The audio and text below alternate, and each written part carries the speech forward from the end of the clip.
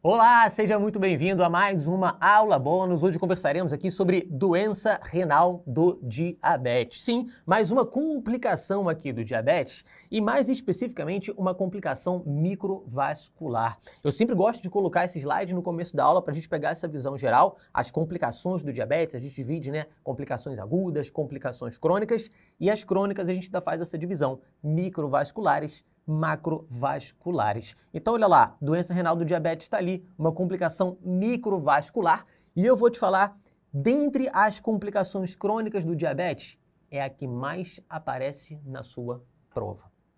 É claro, ela ganha essa importância toda por conta do seu contexto epidemiológico. É uma complicação muito comum em pacientes com diabetes, sim, e não só isso. Quando a gente fala doença renal do diabetes, a gente está falando da principal causa de doença renal crônica dialítica no mundo.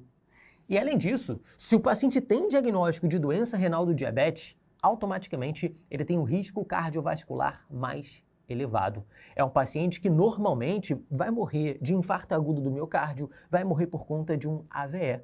Então aqui, claro, olhando para esses dados epidemiológicos, eu tenho que ficar muito atento e eu preciso entender como funciona a doença renal do diabetes para então rastrear, diagnosticar.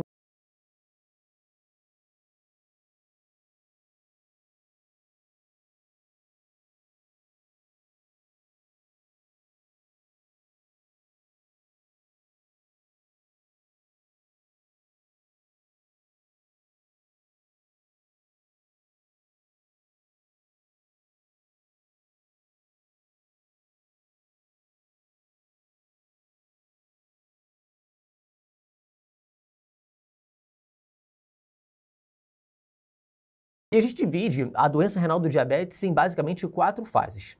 Uma primeira fase, que é chamada de hiperfiltração, onde na verdade mesmo, alguns autores falam que nem doença você tem. Existem algumas alterações hemodinâmicas, sim, elas acontecem, mas não tem uma alteração estrutural propriamente dita que caracterize uma doença. Então você pode até encontrar essa primeira fase sendo descrita como uma pré-nefropatia. E na segunda fase? Na segunda fase já tem doença, já tem nefropatia, mas ela é muito inicial. Então a gente chama isso de nefropatia diabética incipiente.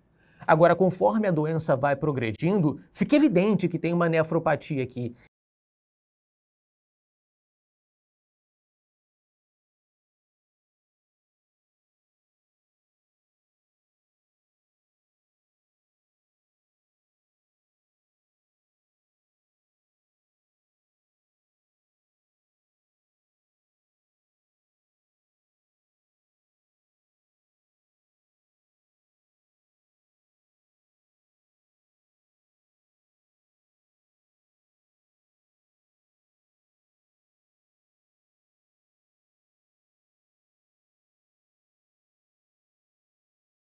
Coloco aqui a imagem de um glomérulo para a gente lembrar o seguinte, ó. Aqui está o glomérulo e aqui estão os túbulos renais. Beleza.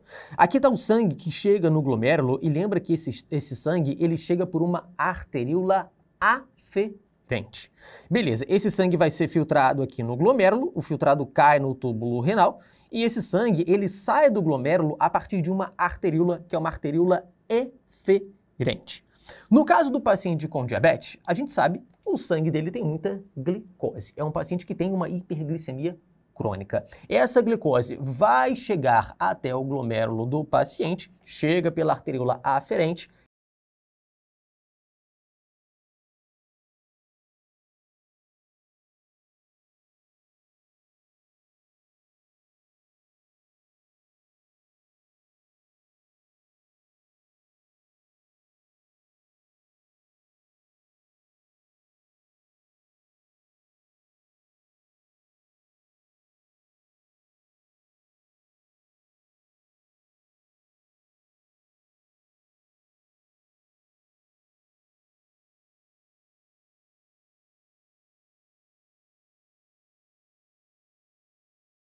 Opa, se vem junto o sódio, lembra que junto com o sódio vem a água. Então o paciente ele acaba aumentando um pouco a sua volemia.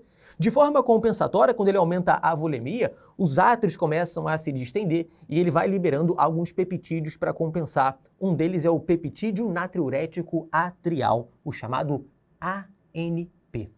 Dentre as funções do ANP, uma delas é aumentar a excreção renal de sódio, é a natriurese. Agora, outra função do ANP é vasodilatar a arteríola aferente, ou seja, essa arteríola aqui, ela sofre uma vasodilatação. Se eu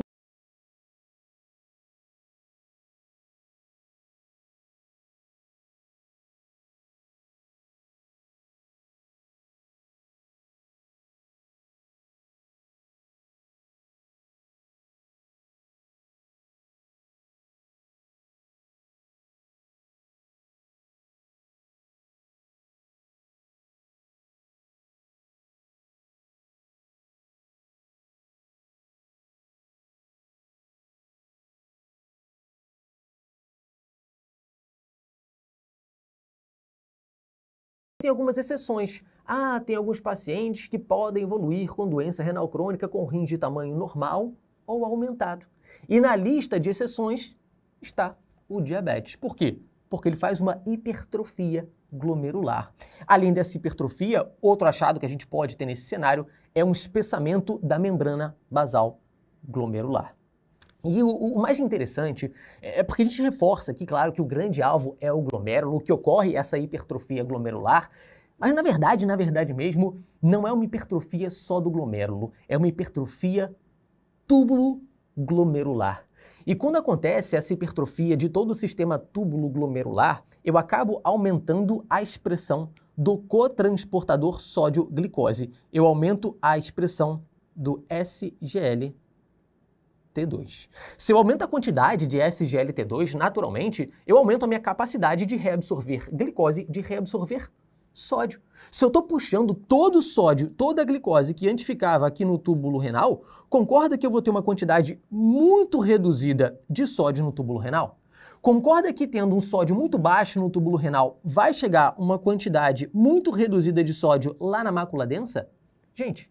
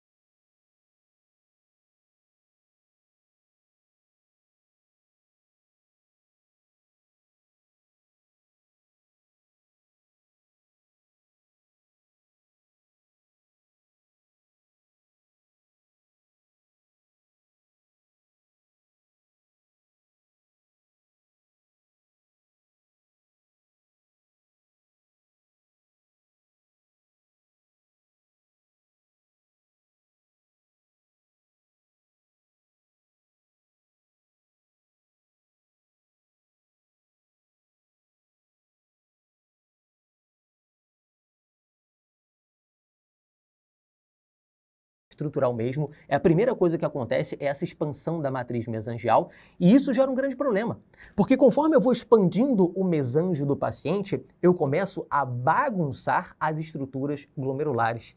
Eu começo a colapsar determinadas regiões, eu começo a gerar determinadas escleroses. E mais do que isso, quando eu faço essa expansão de matriz mesangial, eu bagunço aquelas fendas de filtração, eu bagunço a estrutura podocitária que tem ali. E se eu baguncei fenda de filtração, se eu baguncei estrutura podocitária, o meu glomérulo começa a deixar passar algumas substâncias que antes ele não deixaria. Por exemplo, a albumina. Sim, é nesse momento que surge aqui a albuminúria.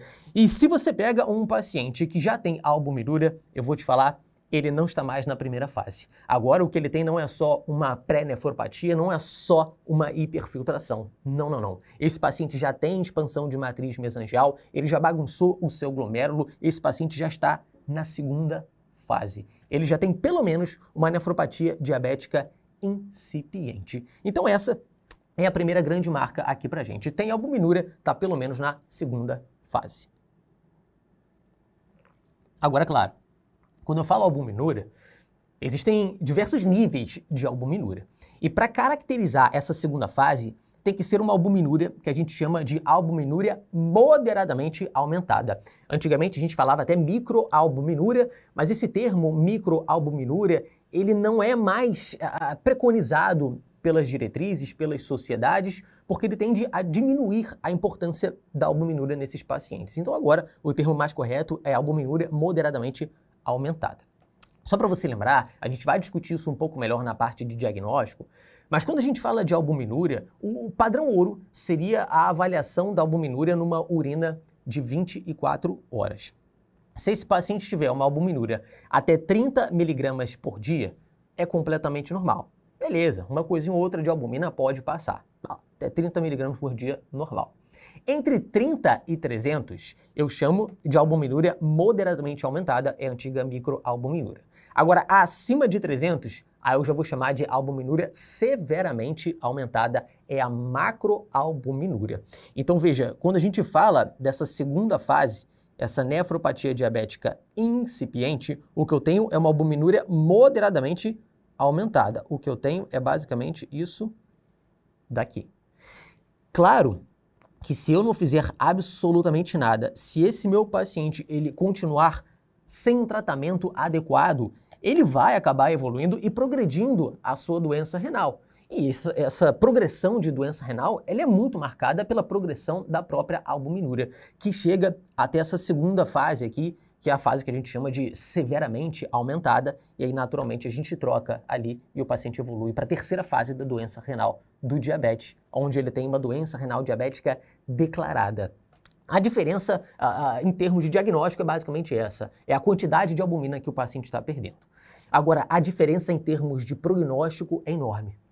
Porque quando o paciente chega aqui nessa fase 3, de doença renal diabética declarada, eu vou te falar, aquelas alterações que ele tinha no rim dele, que antes eram alterações reversíveis, caso o paciente fizesse um diagnóstico precoce e começasse um tratamento adequado, agora essas alterações não são mais reversíveis. Sim, a partir da fase 3, o que a gente tem aqui é um quadro irreversível, que em algum momento ele vai progredir para doença renal crônica, para insuficiência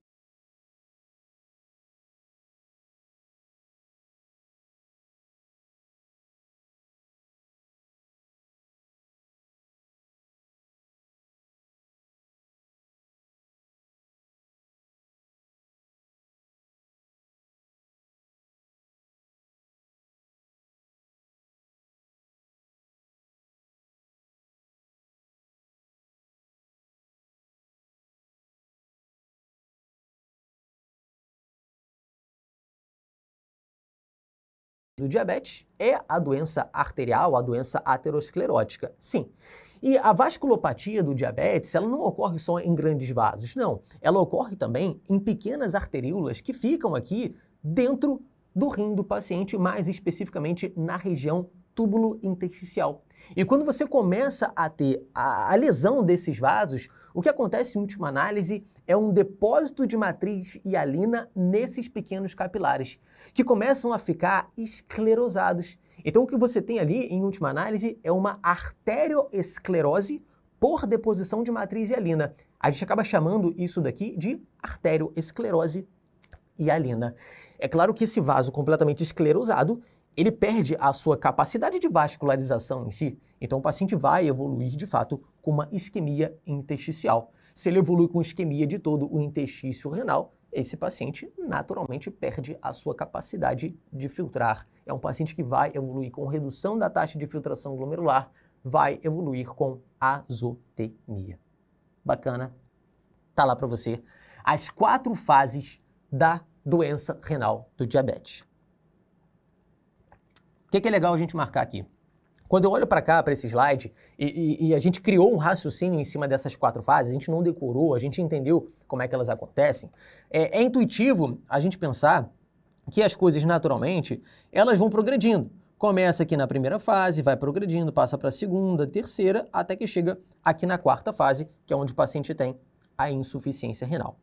Porém, é importante você ter essa consciência de que alguns pacientes, e aqui principalmente aqueles pacientes que têm outros fatores de risco para vasculopatia, por exemplo, paciente tabagista, paciente hipertenso, dislipidêmico, eles podem acabar evoluindo com uma insuficiência renal, ou seja, com uma redução da taxa de filtração glomerular antes de evoluir com a albuminúria propriamente dita.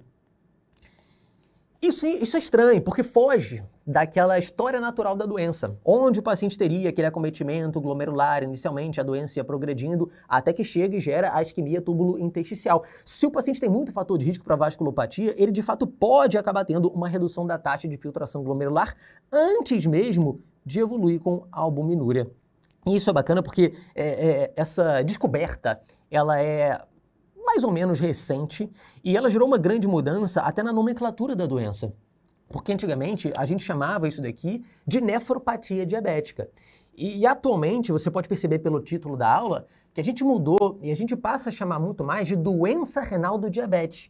Por quê? Porque a doença renal do diabetes é um termo mais amplo, enquanto a nefropatia diabética, ela engloba apenas os pacientes que têm albuminúria. E hoje a gente sabe que uma pequena parcela desses pacientes podem acabar evoluindo com redução da taxa de filtração glomerular antes de ter albuminúria propriamente dita. Bacana. Entendido isso, então, vamos para o diagnóstico. Bom, como é que eu faço o diagnóstico desse paciente? Como é que eu faço, melhor dizendo,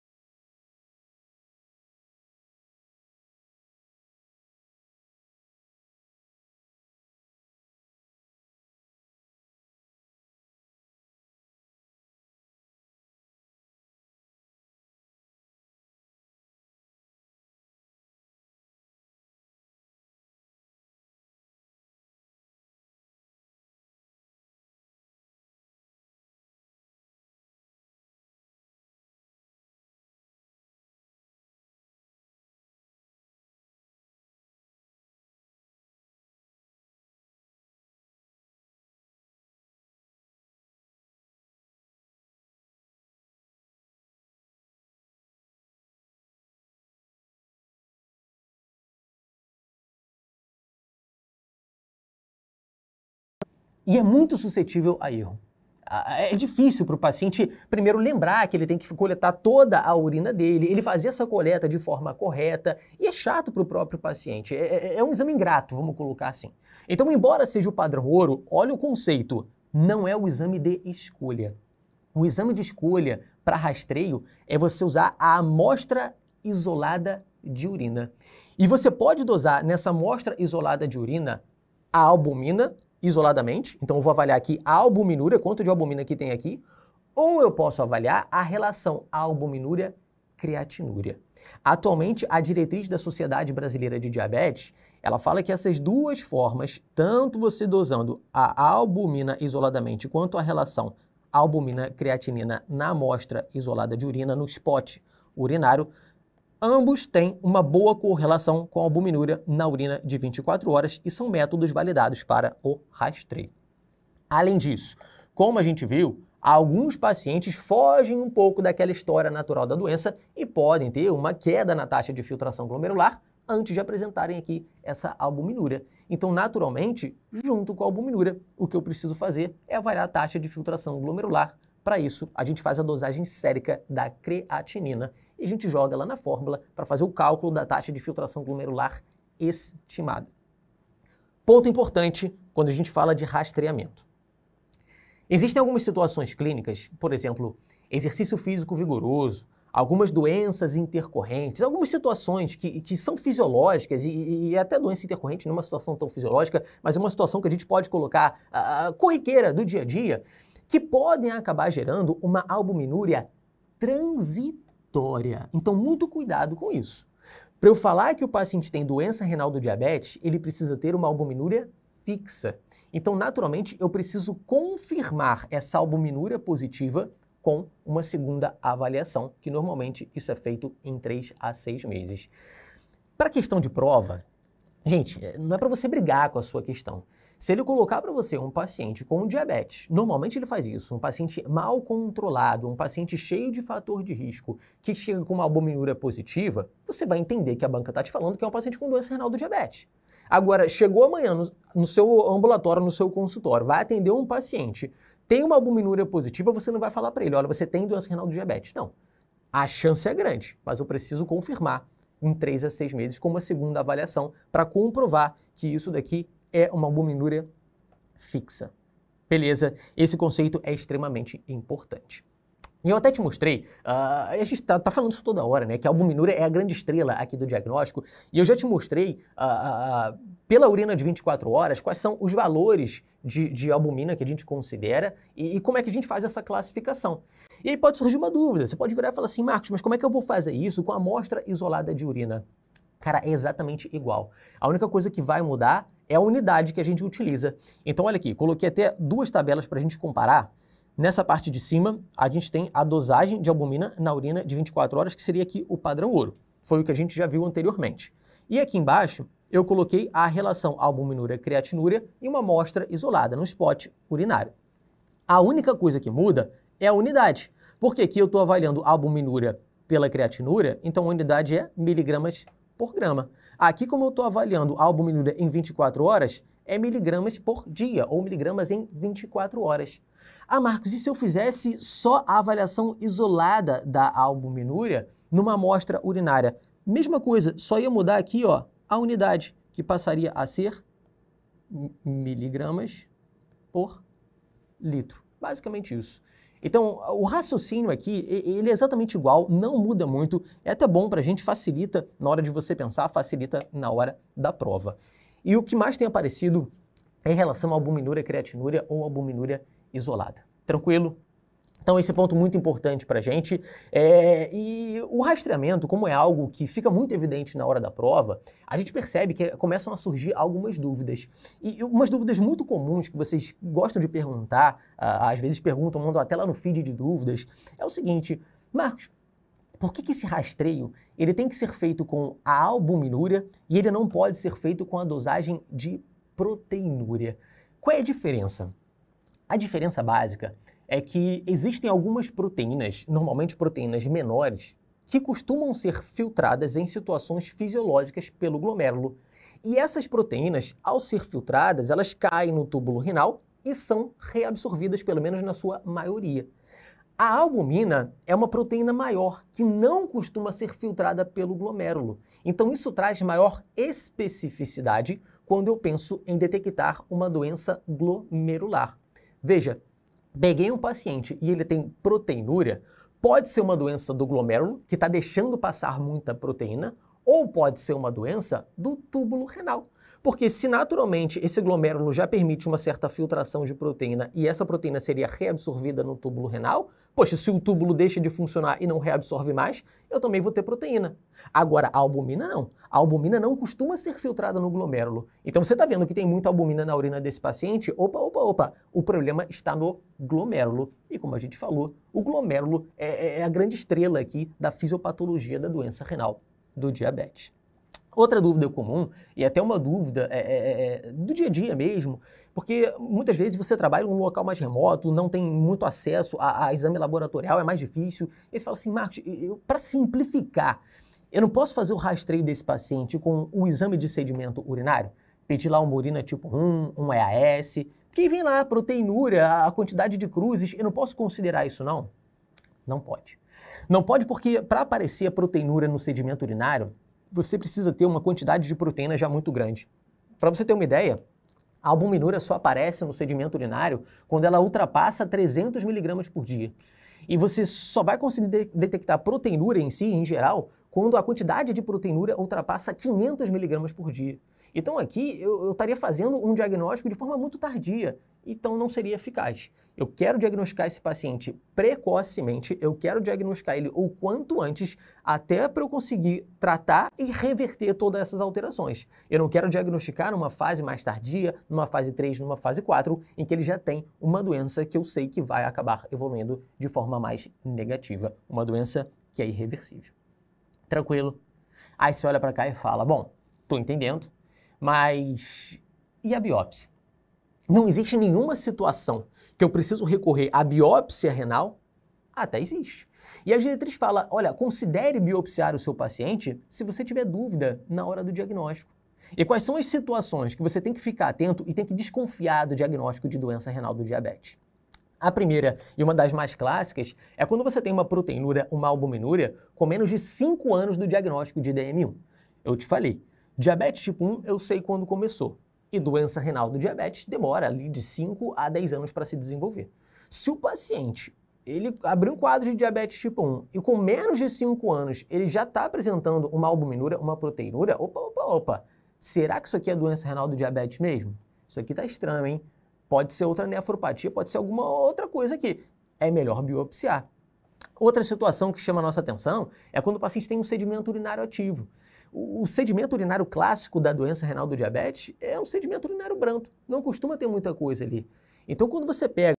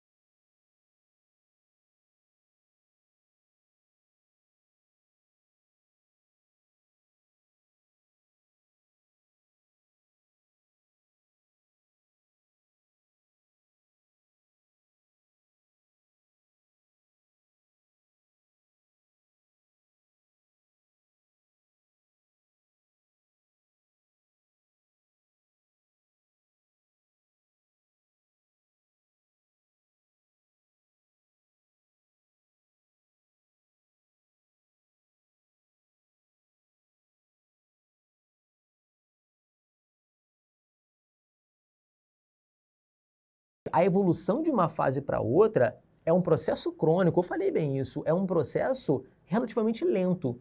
Então, quando você pega um paciente que desenvolve uma proteinúria de forma abrupta ou uma queda na taxa de filtração glomerular de forma abrupta, com uma evolução muito rápida, cara, isso daqui tá com cheiro, tá com jeito de uma glomerulopatia rapidamente progressiva. Então, é melhor a gente avaliar e biopsiar esse paciente, porque isso aqui tá meio esquisito.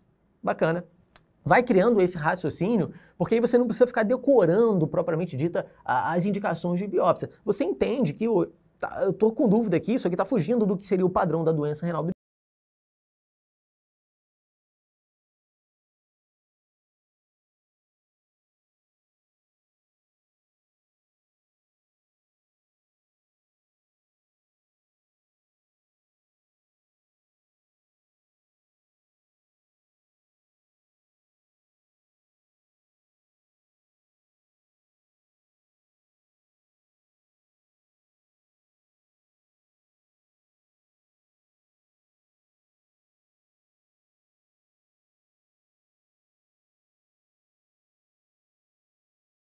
do glomérulo e você vai comprimindo determinadas estruturas, você vai colapsando alguns capilares que tem ali e você vai gerando áreas de esclerose.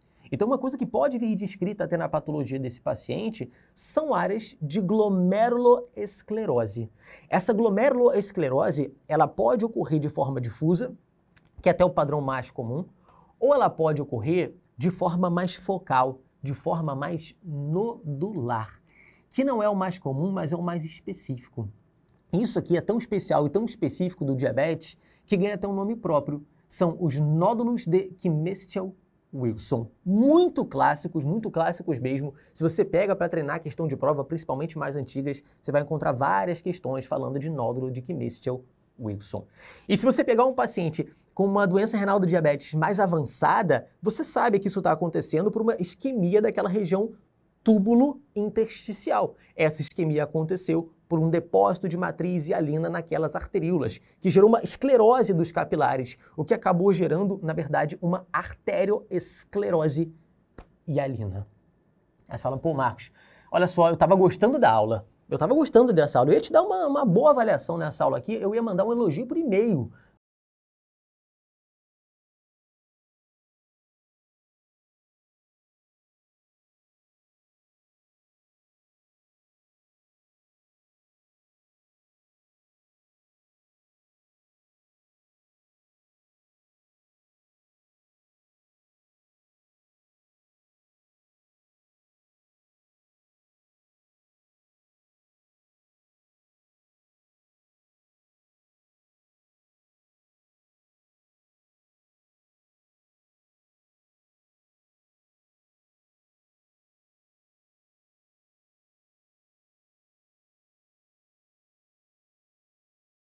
Laboratoriais, glicemia de jejum fora do alvo, hemoglobina glicada alta pra caramba, e preste atenção nisso aqui, creatinina 1,67 com ureia de 60.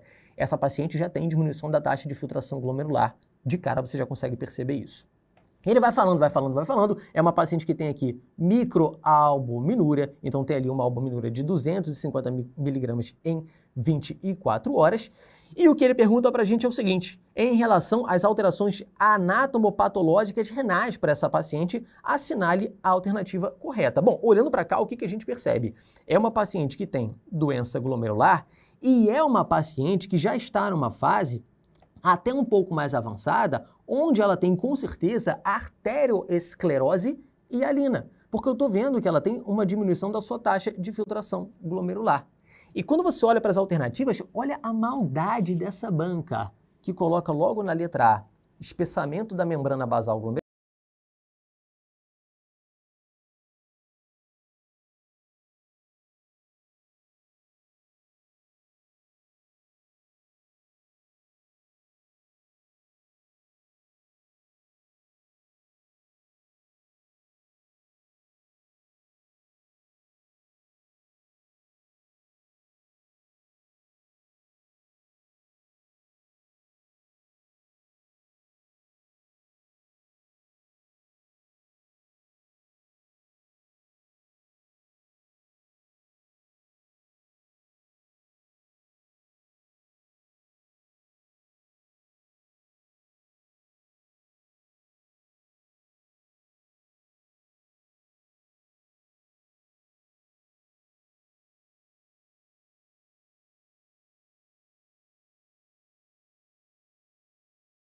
é justamente o que ele descreve para a gente aqui na letra C.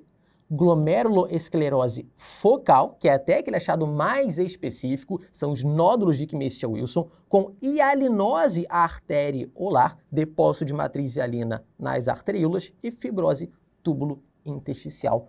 Olha o nível de dificuldade dessa questão, mas olha que bacana porque você consegue entender o gabarito e agora aprender com ela.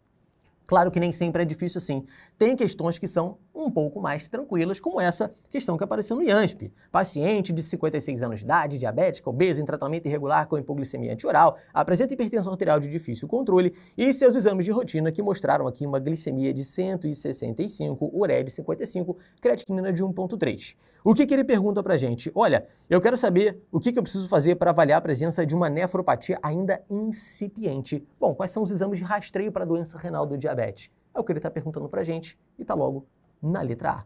Eu vou dosar a albuminúria, aqui ele ainda colocou microalbuminúria, uma terminologia até mais antiga, e eu preciso avaliar a taxa de filtração glomerular.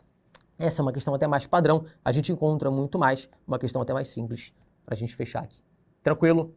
Fiz o diagnóstico do meu paciente, pensando até na parte mais prática. Próximo passo é classificar esse paciente. E aqui, de acordo com a CADIGO, e isso foi endossado na última diretriz da Sociedade Brasileira de Diabetes, a classificação, ela depende de duas variáveis. Ela vai depender da taxa de filtração glomerular do meu paciente, e aí eu vou classificar em G1, G2, G3A, G3B, G4, G5, e ela depende da albuminúria. A1 é uma albuminúria normal, A2 é uma albuminúria moderadamente aumentada e A3 seria uma albuminúria muito aumentada. Obviamente, quanto pior a albuminúria, quanto pior a taxa de filtração glomerular, o paciente cai nesse vermelhinho aqui, que são aqueles pacientes de mais alto risco, são aqueles pacientes que têm um pior prognóstico. Beleza, Marcos? Já entendi tudo, fiz meu diagnóstico, classifiquei meu paciente, agora o que eu preciso é tratá-lo. Para começo de conversa, o tratamento da doença renal do diabetes, ele passa automaticamente pelo tratamento do diabetes, pelo tratamento dos fatores de risco do diabetes. Então aqui, conversando até sobre medidas mais gerais, é um paciente que precisa naturalmente ter um peso adequado. Então, na maioria das vezes, pacientes com diabetes tipo 2, múltiplos fatores de risco, obesidade e sobrepeso, você vai orientar uma perda de peso. Se for um paciente com outros fatores de risco para vasculopatia, você já sabe, risco mais elevado de evoluir com isquemia tubulointersticial. Cessar tabagismo é importante. E a atividade física, também não preciso nem ficar falando aqui da importância de atividade física nesse cenário. Controle glicêmico intensivo é importante para a maior parte dos pacientes. Eu só coloco um alerta ali, porque quando você tem um paciente já com uma doença renal crônica avançada, com uma taxa de filtração glomerular mais baixa, esse paciente, se você buscar um controle glicêmico muito intensivo para ele, você aumenta muito o risco de hipoglicemia. Então aqui o risco-benefício não compensa muito, porque ele já evoluiu com uma redução da taxa de filtração glomerular muito importante, então o benefício do controle glicêmico ele diminui e o risco aumenta, porque ele faz mais hipoglicemia. Então nesses pacientes a gente tende a ser mais permissivo com o controle glicêmico. E outras medidas aqui consideradas gerais, a gente pode colocar o controle da pressão arterial. A diretriz ela coloca de forma bem clara que o alvo para esses pacientes seria uma pressão arterial abaixo de 130/80. Beleza, ainda nessa parte, talvez um pouco mais geral, mas já focando mais na doença renal do diabetes, existem algumas medidas, algumas alterações que a gente pode fornecer para alguns grupos de paciente, até em termos nutricionais. Que medidas nutricionais seriam essas? Classicamente, o paciente nefropata, a gente tem uma preocupação com a sua ingesta proteica. E se você pega até livros, textos mais antigos, eles colocavam uma recomendação até um pouco mais geral aqui de restrição proteica para esses pacientes. Hoje, isso está longe de ser um consenso na literatura, mas tanto a diretriz da Sociedade Brasileira quanto a ADA, a diretriz norte-americana, elas colocam que sim, você deve fazer restrição proteica em alguns cenários. Então seria aqui uma restrição proteica almejando 0,8 gramas por quilo por dia, e ela só está indicada para aquele paciente que já tem uma doença renal crônica grave, mas que ainda não é dialítica. Porque se esse paciente já evoluiu para diálise, o benefício de restringir proteína já não é muito grande. E segundo, é um paciente que já tem maior risco nutricional. Então, se você restringe muito proteína para ele, você aumenta o risco de desnutrição. Então, começa a não valer muito a pena. Outra medida nutricional, muito falada, muito discutida, é a restrição de sódio, que só está indicada se você tiver um paciente que tem hipertensão associada. Bacana. Agora, passando para tratamento farmacológico, que é o que de fato aparece mais na sua prova, que é o que a maioria das pessoas que estão assistindo essa aula, sem dúvida alguma, tem interesse. Marcos, tratamento farmacológico aqui, o que eu preciso fazer para o meu paciente? Eu já te falei, a grande droga e a mais clássica de todas é o IECA ou BRA, que a gente fala até como se fosse uma coisa só, porque eles têm um mecanismo fisiopatológico muito parecido. E quando eu falo da importância do IECA e BRA aqui, olha, são medicações que estão indicadas simplesmente para todo e qualquer paciente que tenha albuminúria. Não importa se esse paciente tem hipertensão ou não. Se ele tem albuminúria, eu vou começar IECA e BRA. Olha como isso daqui é importante. Claro, eu vou tentar chegar na maior dose tolerada. Se é um paciente que nem hipertensão arterial tem, muitas vezes eu não consigo aumentar muito a dose. Mas é importante começar essa droga e a gente começa até a entender o motivo. E eu coloco até um glomérulo aqui do meu lado, só relembrando o conceito, né? A arteríola que chega aqui no glomérulo é a arteríola aferente e a arteríola que sai aqui do glomérulo é a arteríola eferente. IECA e BRA, eles possuem a capacidade de fazer uma vasodilatação, principalmente dessa arteríola eferente. Quando eu aumento o trato de saída, poxa, eu diminuo a pressão aqui dentro. Se eu diminuo a pressão dentro do glomérulo, naturalmente esse glomérulo vai filtrar menos. Então eu diminuo o escape de proteínas, eu diminuo a albuminúria. E aí, entendendo que são drogas muito boas, drogas muito interessantes, você pode pensar, poxa, Marcos, então eu vou fazer o seguinte, eu vou pegar o meu paciente e vou associar, vou fazer um tratamento aqui intensivo para ele. É IECA com BRA, pode isso? Não pode. Não pode porque quando você associa essas duas drogas, e eu te falei isso, o mecanismo fisiopatológico delas, o mecanismo de ação, melhor dizendo, ele é muito parecido. Então você aumenta também o risco de efeito adverso, principalmente o risco de hipercalemia. E mais um cuidado que você deve tomar ao prescrever esse medicamento é um cuidado com a própria taxa de filtração glomerular. Eu te falei isso. Quando você prescreve IECA e BRA, você diminui a filtração no glomérulo. Então é esperado que o paciente tenha uma redução da sua taxa de filtração glomerular, que não costuma ultrapassar 20 a 30%. Se você já tem um paciente com uma taxa de filtração glomerular muito baixa e você entende que, poxa, se ele diminuir aqui 20, 30% da sua taxa de filtração glomerular, ele não vai tolerar, olha, de repente não é um bom paciente para fazer IECA e BRA. É assim que você tem que raciocinar. Então, se ele tem uma taxa de filtração glomerular, cuidado. Não é que uma taxa de filtração glomerular baixa, cuidado. Por quê? Não é que você tem uma contraindicação absoluta, não. Você pode prescrever, mas tem que ficar mais de olho. Porque se começar a piorar muito, de repente, o risco-benefício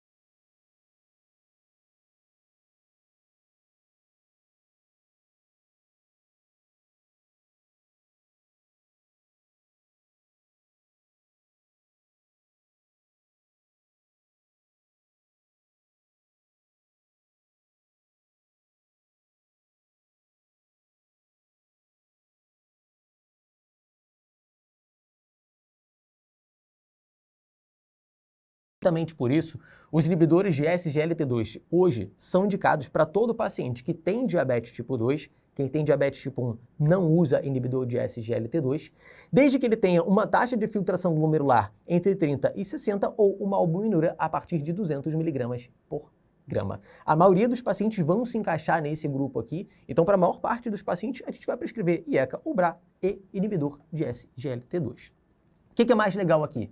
A gente começa a entender como é que inibidor de SGLT2 funciona.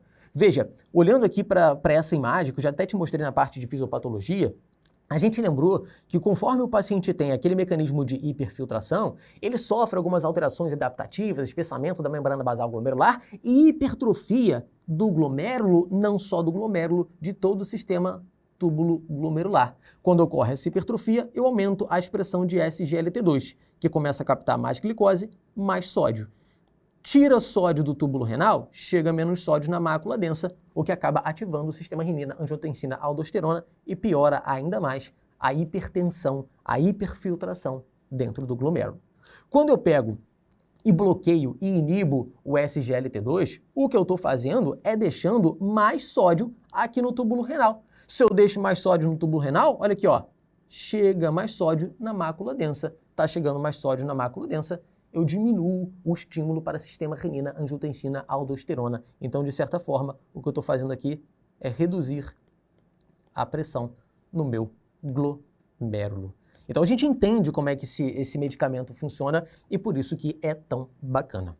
Agora, se eu fosse colocar aqui um tripé atualmente do tratamento da doença renal do diabetes, além de IECA e BRA, além dos inibidores de SGLT2, eu colocaria a finerenona. finerenona.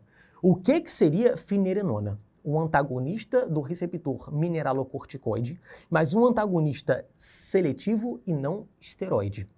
A finerenona, ela mostrou benefício do ponto de vista renal num estudo feito lá em 2020, Fidelio, que mostrou que esses pacientes que fizeram uso da finerenona,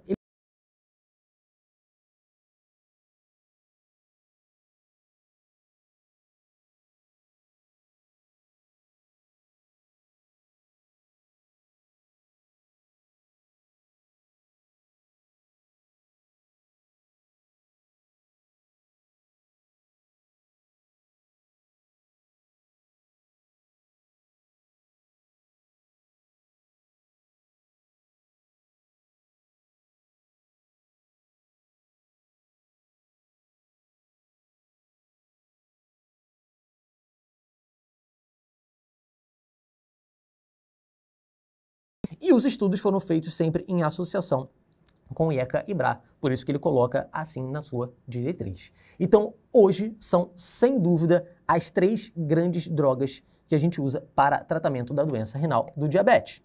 Aí você pode até pensar assim, Marcos, mas a finerenona é um antagonista do receptor mineralocorticoide. Beleza, eu entendi isso. Mas na minha prática médica, eu nunca tinha ouvido falar de finerenona. Quando você fala antagonista do receptor mineralocorticoide, vem à minha cabeça imediatamente espironolactona. Eu não posso usar espironolactona aqui não, ao invés de finerenona? É bem mais disponível. Eu posso utilizar? E olha, a evidência aqui ela é menor quando a gente fala de outros antagonistas do receptor mineralocorticoide. A diretriz da SBD, ela até admite e fala que a espironolactona ela tem a capacidade de reduzir a albuminúria, então de fato teria certo benefício nesses pacientes. Porém, ela não é tão seletiva assim. Então você tem um maior risco de outros efeitos adversos com a espironolactona. É um paciente que pode acabar fazendo disfunção sexual, é um paciente que pode acabar evoluindo com ginecomastia. Então, quando você pensa em outros antagonistas mineralocorticoides, o que a diretriz fala é para você apenas considerar o uso. A evidência de benefício ela acaba sendo menor. Para fechar aqui o nosso resumo e fechar e amarrar essa parte de tratamento, eu preciso mencionar mais uma droga, que também é uma droga que ganhou muita evidência pelo seu benefício cardiorrenal, que são os agonistas do GLP-1. Os agonistas do GLP-1, por que eles não ganham tanto destaque aqui? Porque quando a gente pensa no benefício renal dessa medicação, esse benefício foi demonstrado em estudos de segurança cardiovascular. Ou seja, foram estudos que foram desenhados para avaliar o benefício cardiovascular dessa droga, ou melhor dizendo, a segurança cardiovascular dessa droga. E meio que de tabela eles viram, melhorou aqui também desfecho renal. Eu não tenho um estudo propriamente dito que o endpoint primário seja justamente avaliar o desfecho renal desses pacientes. Então, como o nível de evidência aqui é menor, a diretriz fala para você considerar para a redução da albuminúria desde que você tenha uma taxa de filtração glomerular acima de 30. Olha como é que essa questão aqui do HCPA, ela resume vários conceitos do que a gente falou. Paciente de 56 anos, hipertenso há bastante tempo, com obesidade, foi diagnosticado com diabetes tipo 2 há 1 ano. Vem uso de enalapril, então já está usando IECA, hidroclorotiazida, metformina e glimepirida. Foi encaminhado ao nefrologista para avaliação de função renal. Então veja, ele já tem uma diminuição da taxa de filtração glomerular, tem um potássio de 4,9, um potássio já um pouco mais elevado e uma hemoglobina glicada de 8,9, com albuminúria de 256, sedimento urinário completamente normal, mostrando pra gente que tem um sedimento aqui brando, que não é para você pensar em outra alternativa, que esse paciente tem mesmo uma doença renal do diabetes. Nesse cenário, qual seria a melhor droga? Preciso reduzir a dose de metformina? Não, é um paciente que tem ainda uma taxa de filtração glomerular acima de 45, não preciso reduzir dose de metformina. Aí vem, inibidor de SGLT2, ele se encaixa na indicação? Se encaixa. Ele tem aqui uma taxa de filtração glomerular entre 30 e 60, ele tem mais de 200 miligramas por dia ou por litro de albuminúria, então ele se encaixa perfeitamente aqui. Por que eu não vou marcar análogo do GLP-1? Porque não é uma droga que tem tanta evidência de benefício. Inibidor de SGLT2 é uma droga que eu tenho mais evidência. E por que eu não vou marcar espironolactona? De novo, não tem tanta evidência de benefício e lembra que é um paciente que tem aqui também um potássio mais alto. Então assim que você vai raciocinando na sua prova, é assim que você chega na resposta correta. Beleza? Então, ó, fechamos aqui, amarramos tudo que você precisa saber sobre doença renal do diabetes. Um forte abraço e até a próxima.